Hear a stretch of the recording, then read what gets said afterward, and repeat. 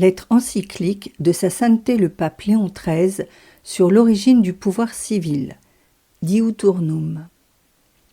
À tous nos vénérables frères, les patriarches, primats, archevêques et évêques du monde catholique, en grâce et communion avec le siège apostolique. Vénérables frères, salut et bénédiction apostolique. La guerre redoutable depuis longtemps entreprise contre la divine autorité de l'Église a eu l'issue qu'elle devait avoir. Elle a mis en péril la société en général, et tout spécialement le pouvoir civil qui est le principal soutien du bien public. Notre époque, plus que toute autre, fournit cette démonstration par les faits. Elle nous montre les passions populaires plus hardies que jamais à repousser toute autorité et la licence si générale, les séditions et les troubles si fréquents que ceux qui gouvernent après s'être vus refuser l'obéissance ne trouvent même plus dans leur puissance la garantie de leur sécurité personnelle. On a travaillé de longue main à faire d'eux un objet de haine et de mépris pour le peuple. L'incendie, ainsi fomenté, a éclaté enfin, et l'on a vu en peu de temps la vie des plus grands souverains en but à de ténébreux complots ou à des attentats d'une criminelle audace. L'Europe entière, naguère encore, frémissait d'horreur à la nouvelle du meurtre affreux d'un puissant empereur. Au lendemain d'un si grand forfait, quand la stupeur qu'il a causée oppresse encore toutes les âmes, des scélérats ne craignent pas de jeter publiquement l'intimidation et la menace à la face des autres souverains de l'Europe.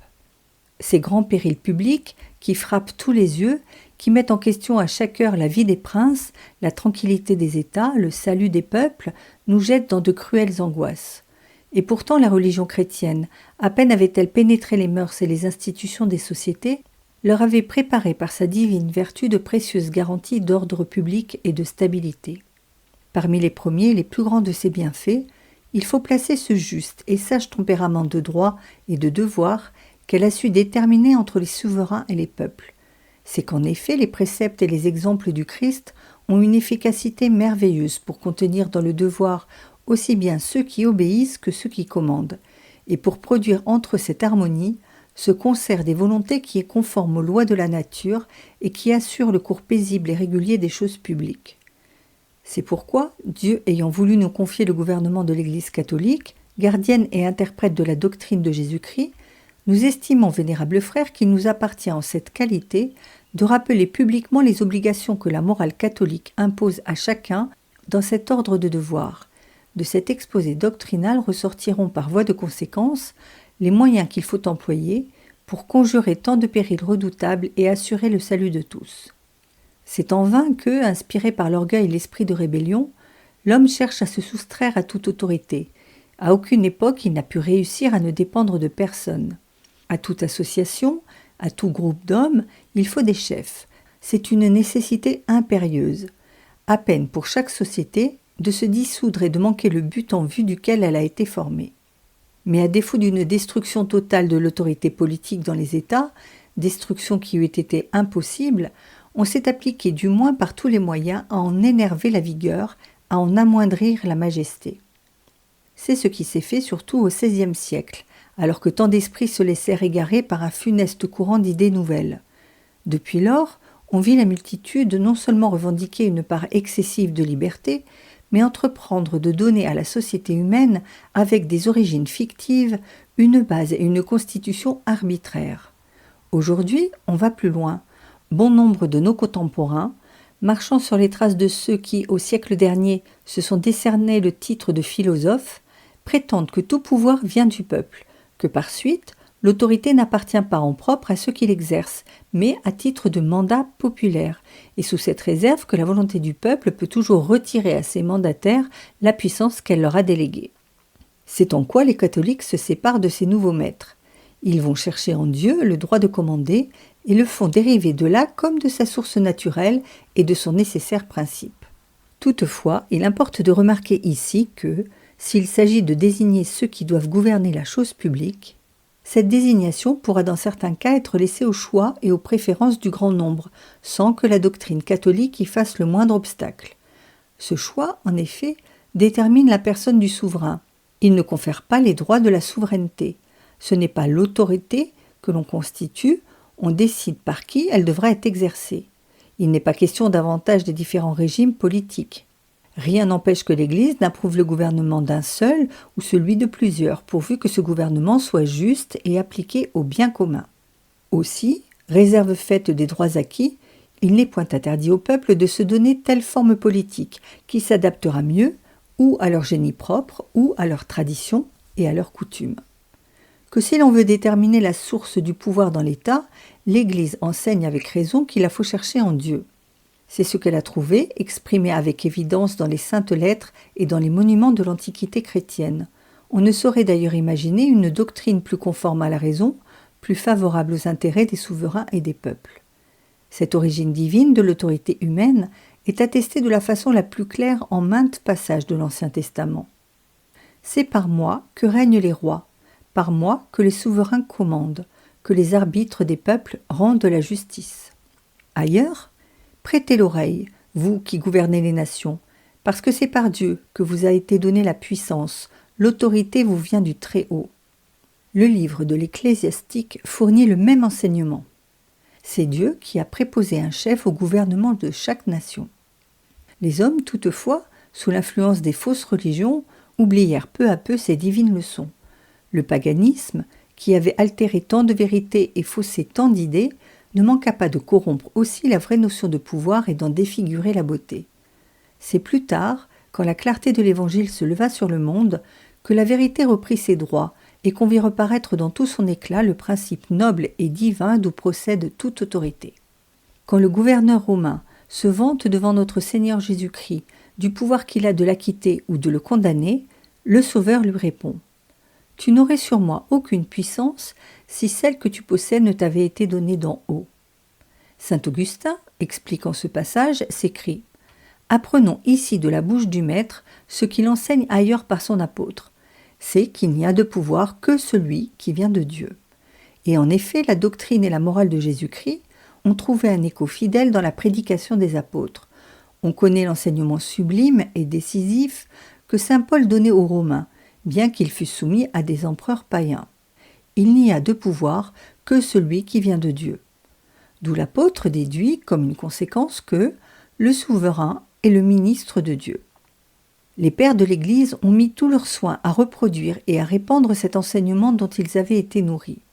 N'accordons à personne, dit saint Augustin, le droit de donner la souveraineté et l'empire, sinon au seul vrai Dieu. Saint Jean Chrysostome s'exprime ainsi sur le même sujet. Qu'il y ait des autorités établies, que les uns commandent, les autres obéissent, qu'ainsi tout dans la société ne soit pas livré au hasard, c'est là, je l'affirme, l'œuvre de la divine sagesse. Saint Grégoire le Grand rend le même témoignage. Nous reconnaissons, dit-il, que la puissance a été donnée d'en haut aux empereurs et aux rois. Les mêmes saints docteurs se sont encore attachés à éclairer cette doctrine par le raisonnement, afin de la faire accepter comme juste et vraie de ceux-là même qui n'ont d'autre guide que la raison naturelle. Et en effet, ce qui réunit les hommes pour les faire vivre en société, c'est la loi de la nature, ou plus exactement la volonté de Dieu, auteur de la nature. C'est ce que prouve avec évidence et le don du langage, instrument principal des relations qui fondent la société, et tant de désirs qui naissent avec nous, et tant de besoins de premier ordre qui resteraient sans objet dans l'état d'isolement, mais qui trouvent leur satisfaction dès que les hommes se rapprochent et s'associent entre eux. D'autre part, cette société ne peut ni subsister, ni même se concevoir s'il ne s'y rencontre un modérateur pour tenir la balance entre les volontés individuelles, ramener à l'unité ces tendances diverses et les faire concourir aussi par leur harmonie à l'utilité commune. D'où il suit que Dieu a certainement voulu dans la société civile une autorité qui gouvernât la multitude. Mais voici une autre considération d'un grand poids. Ceux qui administrent la chose publique doivent pouvoir exiger l'obéissance dans des conditions telles que le refus de soumission soit pour les sujets un péché. Or, il n'est pas un homme qui est en soi ou de soi ce qu'il faut pour enchaîner par un lien de conscience le libre vouloir de ses semblables. Dieu seul, en tant que créateur et législateur universel, possède une telle puissance. Ceux qui l'exercent ont besoin de la recevoir de lui et de l'exercer en son nom. Il n'y a qu'un seul législateur et un seul juge qui puisse condamner et absoudre. Ceci est vrai de toutes les formes de pouvoir. Pour ce qui est de l'autorité sacerdotale, il est si évident qu'elle vient de Dieu que chez tous les peuples, ceux qui en sont investis sont appelés les ministres de Dieu et traités comme tels. De même, dans la famille, la puissance paternelle porte l'empreinte et comme la vivante image de l'autorité qui est en ce Dieu, de qui toute paternité, au ciel et sur la terre, emprunte son nom. Et par là, les pouvoirs les plus divers se rapprochent dans une merveilleuse ressemblance. Partout où l'on trouve un commandement, une autorité quelconque, c'est à la même source, en Dieu, seul artisan et seul maître du monde, qu'il en faut chercher le principe. Ceux qui font sortir la société civile d'un libre contrat doivent assigner à l'autorité la même origine. Ils disent alors que chaque particulier a cédé de son droit et que tous se sont volontairement placés sous la puissance de celui en qui se sont concentrés tous les droits individuels. Mais l'erreur considérable de ces philosophes consiste à ne pas voir ce qui est pourtant évident. C'est que les hommes ne constituent pas une race sauvage et solitaire. C'est qu'avant toute résolution de leur volonté, leur condition naturelle est de vivre en société. Ajoutez à cela que le pacte dont on se prévaut est une invention et une chimère, et que, fût-il réel, il ne donnerait jamais à la souveraineté politique la mesure de force, de dignité, de stabilité que réclament et la sûreté de l'État et les intérêts des citoyens. Le pouvoir n'aura cet éclat et cette solidité qu'autant que Dieu apparaîtra comme la source auguste et sacrée d'où il émane. Cette doctrine n'est pas seulement la plus véritable, elle est la plus salutaire qui se puisse concevoir. Si en effet l'autorité de ceux qui gouvernent est une dérivation du pouvoir de Dieu même, aussitôt et par là même elle acquiert une dignité plus qu'humaine. Ce n'est pas sans doute cette grandeur faite d'absurdité et d'impiété que rêvaient les empereurs païens quand ils revendiquaient pour eux-mêmes les honneurs divins, mais une grandeur vraie, solide et communiquée à l'homme à titre de don et de libéralité céleste. Dès lors, les sujets devront obéir au prince comme à Dieu même, moins par la crainte du châtiment que par le respect de la majesté, non dans un sentiment de servilité, mais sous l'inspiration de la conscience.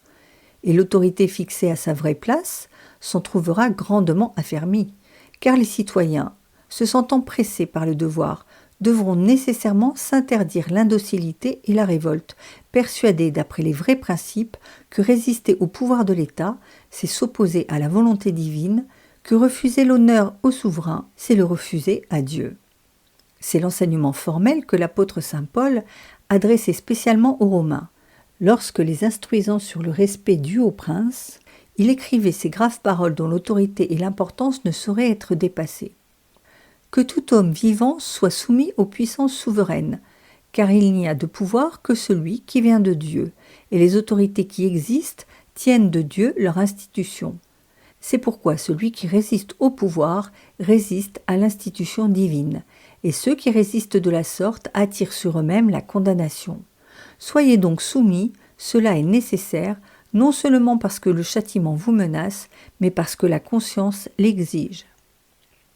Et le prince des apôtres, saint Pierre, confirme cette leçon dans ce célèbre passage. Soyez soumis à toute créature humaine à cause de Dieu, au roi parce qu'il est le premier en dignité, aux autres chefs parce que Dieu les a envoyés pour le châtiment des méchants et l'honneur des bons. Telle est en effet la volonté de Dieu. Il n'existe qu'une seule raison valable de refuser l'obéissance. C'est le cas d'un précepte manifestement contraire au droit naturel ou divin. Car là où il s'agirait d'enfreindre soit la loi naturelle, soit la volonté de Dieu, le commandement et l'exécution seraient également criminels.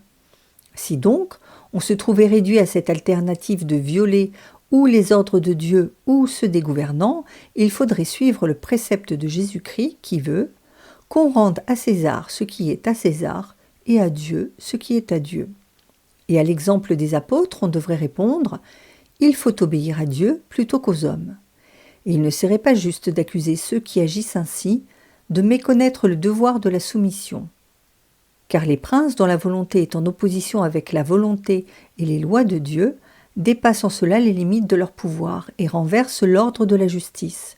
Dès lors, leur autorité perd sa force, car où il n'y a plus de justice, il n'y a plus d'autorité.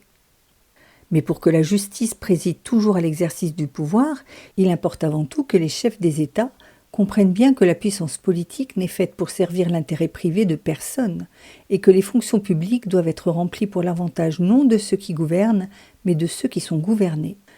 que les princes prennent modèle sur le Dieu très haut de qui ils tiennent leur pouvoir et que, se proposant son exemple dans l'administration de la chose publique, il se montre équitable et intègre dans le commandement et ajoute à une sévérité nécessaire une paternelle affection. C'est pour cela que les saintes lettres les avertissent qu'ils auront un compte à rendre au roi des rois, au maître des dominateurs, et que, s'ils se soustraient au devoir, ils n'échapperont par aucun moyen aux sévérités de Dieu. Le Très-Haut interrogera vos actions et sondera vos pensées, parce que, au jour où vous étiez les ministres de sa royauté, vous n'avez pas jugé selon la justice. Son apparition soudaine vous glacera d'effroi, car ceux qui gouvernent doivent s'attendre à un jugement plein de rigueur. Dieu ne fera aucune exception de personne, il n'aura d'égard pour aucune grandeur. C'est lui qui a fait les petits et les grands, et il prend le même soin de tous les hommes. Seulement aux plus puissants, il réserve un supplice plus redoutable. Dans un État qui s'abrite sous ses auspices tutélaires, il n'y a plus de prétexte pour motiver les séductions, plus de passion pour les allumer. Tout est en sûreté, l'honneur et la vie des chefs, la paix et la prospérité des cités. La dignité des citoyens trouve là également sa plus sûre garantie, car ils doivent à l'élévation de leur doctrine de conserver jusque dans l'obéissance cette juste fierté qui convient à la grandeur de la nature humaine. Ils comprennent que, au jugement de Dieu, il n'y a pas à distinguer l'esclave de l'homme libre, que tous ont un même maître, libéral envers ceux qui l'invoquent, et que si les sujets sont tenus d'obéir et de se soumettre au souverain, c'est que ceux-ci représentent en quelque manière le Dieu dont il est dit que le servir, c'est régner.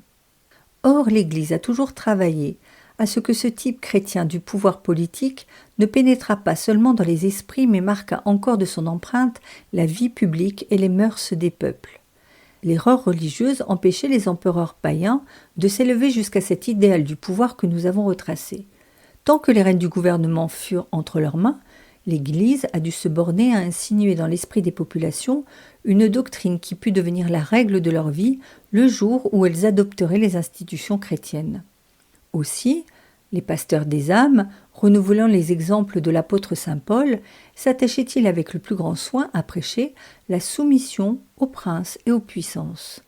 La prière offerte à Dieu pour tous les hommes, mais nommément pour les rois et pour les personnes constituées en dignité, selon qu'il est agréable au Dieu notre Sauveur. Les premiers chrétiens nous ont donné à cet égard d'admirables leçons. Tourmentés avec autant de cruauté que d'injustice par les empereurs païens, ils n'ont jamais failli au devoir de l'obéissance et du respect, à ce point qu'une lutte semblait engagée entre la barbarie des uns et la soumission des autres. Une si grande modestie, une résolution si arrêtée de demeurer fidèles à leur devoir de sujet, défiaient la calomnie et se faisaient partout reconnaître en dépit de la malice de leurs ennemis. Aussi, ceux qui entretenaient auprès des empereurs l'apologie publique du christianisme n'avaient pas de meilleur argument pour établir l'iniquité des mesures législatives prises contre les chrétiens que de mettre sous les yeux de tous leur vie exemplaire et leur respect des lois. Marc Aurèle et son fils Commode entendaient Athénagore leur adresser hardiment cette apostrophe. « Nous qui ne faisons rien de mal, nous qui de tous vos sujets sommes les premiers hommes à remplir et envers Dieu et envers votre autorité suprême les devoirs de la piété et de la soumission, c'est nous que vous laissez poursuivre, dépouiller, disperser. » Tertullien, à son tour, faisait ouvertement aux chrétiens un mérite d'être pour l'Empire les meilleurs et les plus sûrs des amis. Le chrétien n'est l'ennemi de personne. Comment le serait-il de l'empereur qu'il s'est établi par Dieu, qu'il a pour cela le devoir d'aimer, de révérer, d'honorer, dont enfin il doit souhaiter la prospérité avec celle de tout l'Empire. Le même auteur ne craignait pas d'affirmer que dans toute l'étendue de l'Empire romain, on voyait diminuer le nombre des ennemis de l'État dans la mesure où s'accroissait le nombre des chrétiens. Si maintenant, disait-il, vous avez moins d'ennemis, c'est à cause de la multiplication des chrétiens, car vous comptez aujourd'hui dans la plupart des cités presque autant de chrétiens que de citoyens. On trouve enfin une remarquable confirmation de ce témoignage dans l'épître de Dionyète, qui atteste qu'à cette époque, les chrétiens non seulement se montraient toujours observateurs des lois, mais dépassaient spontanément et en perfection et en étendue les obligations légales dans tous les ordres de devoirs. les chrétiens obéissent aux lois établies et, par le mérite de leur vie, ils vont plus loin que les lois mêmes. La question était tout autre quand les empereurs, par leurs édits, ou les préteurs, par leurs menaces, voulaient les contraindre d'abjurer la foi chrétienne ou de trahir quelque autre devoir. Alors, sans hésitation, ils aimaient mieux déplaire aux hommes qu'à Dieu. Et cependant, même en ces conjectures, bien loin de faire aucun acte séditieux ou injurieux pour la majesté impériale, ils ne revendiquaient qu'un seul droit, celui de se déclarer chrétien et de repousser toute apostasie. Du reste, aucune pensée de résistance. Tranquillement, joyeusement, ils allaient au-devant des supplices, et la grandeur de leur courage l'emportait sur la grandeur des tourments. Le même esprit, dans le même temps, fit admirer jusque sous les drapeaux la force des institutions chrétiennes. Le propre du soldat chrétien était d'allier la plus grande vaillance au respect le plus absolu de la discipline, de joindre à l'élévation des sentiments une inviolable fidélité envers le prince. Que s'il recevait un ordre immoral, comme de fouler aux pieds la loi de Dieu, ou de tourner son épée contre d'innocents adorateurs de Jésus-Christ, alors seulement il refusait d'obéir. Mais alors aussi il préférait déposer les armes et subir la mort pour sa religion, plutôt que de donner à sa résistance le caractère d'une sédition ou d'une attaque à l'autorité publique. Mais lorsque les États eurent à leur tête des princes chrétiens, l'Église redoubla de soins pour faire comprendre par sa prédication tout ce qu'il y a de sacré dans le pouvoir de ceux qui gouvernent. L'effet salutaire de cet enseignement devait être de confondre, dans l'esprit des peuples, l'image même de la souveraineté avec une apparition de majesté religieuse qui ne pouvait qu'augmenter le respect et l'amour des sujets envers leur prince. Et c'est pour cette raison pleine de sagesse que l'Église institua le sacre solennel des rois, que Dieu même avait prescrit dans l'Ancien Testament. L'époque où la société, sortie des ruines de l'Empire romain, reprit une vie nouvelle et ouvrit à la civilisation chrétienne des horizons pleins de grandeur, fut aussi celle où les pontifes romains donnèrent au pouvoir politique, par l'institution du Saint-Empire, une consécration particulière. Il en résulta pour la souveraineté temporelle un grand accroissement de dignité, et il n'est pas douteux que les deux sociétés religieuses et civiles n'eussent continué à en retirer les plus heureux fruits, si la fin que l'Église avait en vue dans cette institution eût été pareillement celle que se proposaient les princes et les peuples. Et de fait, toutes les fois que l'union régna entre les deux pouvoirs, on vit fleurir la paix et la prospérité. Quel trouble s'élevait-il parmi les peuples ? L'Église était là, médiatrice de concorde, prête à rappeler chacun à son devoir et capable de modérer, par un mélange de douceur et d'autorité, les passions les plus violentes. Les princes, d'autre part, tombaient-ils dans quelque excès de pouvoir ? L'Église savait les interpeller, et en leur rappelant les droits, les besoins, les justes désirs des peuples, leur redonnait des conseils d'équité, de clémence, de bonté. Une semblable intervention réussit plus d'une fois à prévenir des soulèvements et des guerres civiles. Tout au contraire, les théories modernes sur le pouvoir politique ont déjà causé de grands maux, et il est à craindre que ces maux, dans l'avenir, n'aillent jusqu'aux pires extrémités. En effet, refuser de rapporter à Dieu comme à sa source le droit de commander aux hommes, c'est vouloir ôter à la puissance publique et tout son éclat et toute sa vigueur. En la faisant dépendre de la volonté du peuple, on commet d'abord une erreur de principe, et en outre, on ne donne à l'autorité qu'un fondement fragile et sans consistance. De telles opinions sont comme un stimulant perpétuel aux passions populaires, qu'on verra croître chaque jour en audace et préparer la ruine publique en frayant la voie aux conspirations secrètes ou aux séditions ouvertes. Déjà, dans le passé, le mouvement qu'on appelle la Réforme eut pour auxiliaire et pour chef des hommes qui, par leur doctrine, renversaient de fond en comble les deux pouvoirs spirituels et temporels. Des troubles soudains, des révoltes audacieuses, principalement en Allemagne, firent suite à ces nouveautés, et la guerre civile et le meurtre sévirent avec tant de violence qu'il n'y eut presque pas une seule contrée qui ne fût livrée aux agitations et aux massacres. C'est de cette hérésie que naquirent au siècle dernier et la fausse philosophie et ce qu'on appelle le droit moderne et la souveraineté du peuple, et cette licence sans frein en dehors de laquelle beaucoup ne savent plus voir de vraie liberté.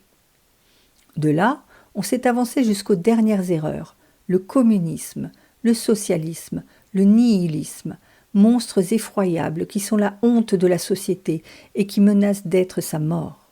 Et cependant, il ne se trouve que trop de propagateurs pour répandre ces principes funestes. Le désir d'améliorer le sort de la multitude a déjà servi de prétexte pour allumer de vastes incendies et préparer de nouvelles calamités. Ce que nous rappelons ici n'est que trop connu et trop rapproché de nous. Et ce qu'il y a de plus grave, c'est qu'au milieu de tant de périls, les chefs des États ne disposent d'aucun remède propre à remettre l'ordre dans la société, la paix dans les esprits. On les voit s'armer de la puissance des lois et sévir avec vigueur contre les perturbateurs du repos public. Certes, rien n'est plus juste, et pourtant il ferait bien de considérer qu'un système de pénalité, quelle qu'en soit la force, ne suffira jamais à sauver les nations. La crainte, comme l'enseigne excellemment saint Thomas, est un fondement infirme. Vienne l'occasion qui permet d'espérer l'impunité, ceux que la crainte seule a soumis se soulèvent avec d'autant plus de passion contre leur chef que la terreur qui les contenait jusque-là avait fait subir à leur volonté plus de violence. D'ailleurs, trop d'intimidation jette souvent les hommes dans le désespoir, et le désespoir leur inspire l'audace et les entraîne aux attentats les plus monstrueux. Tout cela est la vérité même, et l'expérience ne nous l'a que trop prouvé. Il faut donc invoquer un motif plus élevé et plus efficace pour obtenir l'obéissance, et se bien persuader que la sévérité des lois demeurera sans effet tant que le sentiment du devoir et la crainte de Dieu ne porteront pas les hommes à la soumission. C'est à quoi la religion, mieux que toute autre puissance sociale, peut les amener par l'action qu'elle exerce sur les esprits, par le secret qu'elle possède d'incliner les volontés mêmes. Par là seulement, les sujets en viendront à contracter avec ceux qui les gouvernent des liens, non plus seulement de déférence, mais d'affection, ce qui est, pour toute collection d'hommes, le meilleur gage de sécurité. Il faut donc reconnaître que les pontifes romains ont rendu un service éclatant à la société par leur vigilance, à réprimer l'orgueil des novateurs, à déjouer leurs desseins, à les signaler sans cesse comme les plus dangereux ennemis des États. Clément VII nous a laissé à ce sujet un enseignement digne de mémoire, dans une lettre qu'il écrivait à Ferdinand, roi de Bohême et de Hongrie. « La cause de la foi, disait-il, est aussi pour vous, pour tous les souverains, celle de votre dignité et de votre intérêt, car on ne peut déraciner la foi sans ébranler tout ce qui vous touche, et c'est ce qui s'est vu très clairement dans ces contrées. Des circonstances semblables ont mis en lumière la prévoyance et le courage de nos autres prédécesseurs, notamment de Clément XII, Benoît XIV et de Léon XII, qui, voyant se propager la contagion des mauvaises doctrines et grandir l'audace des sectes, ont mis en œuvre toute leur autorité pour leur barrer le passage. Nous-mêmes, nous avons dénoncé à plusieurs reprises la gravité des périls et nous avons indiqué les meilleurs moyens de les conjurer. Aux princes et aux autres chefs des États, nous avons offert le concours de la religion. Au peuple, nous avons adressé un pressant appel pour qu'ils se hâtent d'user des ressources précieuses que l'Église met à leur portée. Ce que nous faisons en ce moment n'a pas d'autre signification. Les souverains comprendront que nous leur proposons ici, de nouveau, le plus ferme des soutiens. Puissent-ils se rendre à nos ardentes sollicitations, redevenir les protecteurs de la religion, et dans l'intérêt même de l'État, laisser à l'Église cette liberté dont la violation est une injustice et un malheur public.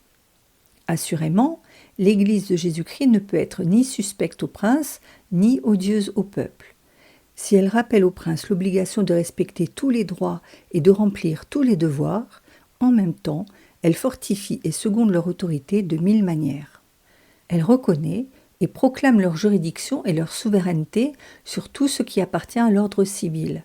Et là où, sous des aspects divers, les deux devoirs religieux et politiques ont chacun des droits à prétendre, elle veut qu'il s'établisse un accord pour prévenir des conflits funestes à l'un et à l'autre.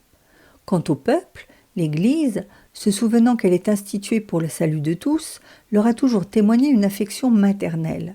C'est elle qui, se faisant précéder des œuvres de sa charité, a fait entrer la douceur dans les âmes, l'humanité dans les mœurs, l'équité dans les lois. Jamais on ne l'a vue ennemie d'une honnête liberté. Toujours, elle a détesté la tyrannie. C'est à ce tempérament bienfaisant de l'Église que saint Augustin a rendu hommage par ses belles paroles. Elle dit au roi de se dévouer au peuple. Elle dit au peuple de se soumettre au roi, montrant ainsi que tous les hommes n'ont pas tous les droits, mais que la charité est due à tous et l'injustice à personne. Vous voyez par là, vénérables frères, quelle grande tâche, quelle salutaire mission est la vôtre. Elle consiste à mettre en commun avec nous toutes vos industries, tous les moyens d'action que la bonté de Dieu a placés dans vos mains, pour écarter les dangers et les maux qui menacent la société. Redoublez de soins et d'efforts pour faire pénétrer dans les esprits, pour faire passer dans la conduite et dans les œuvres de tous les hommes les principes de l'Église catholique sur l'autorité et l'obéissance. Soyez pour les peuples des maîtres et des conseillers fidèles, qui les pressent de fuir les sectes condamnées, d'avoir horreur des complots, de s'interdire toute menée séditieuse. Faites-leur comprendre que quand c'est pour Dieu qu'on obéit, la soumission est raisonnable, l'obéissance pleine d'honneur.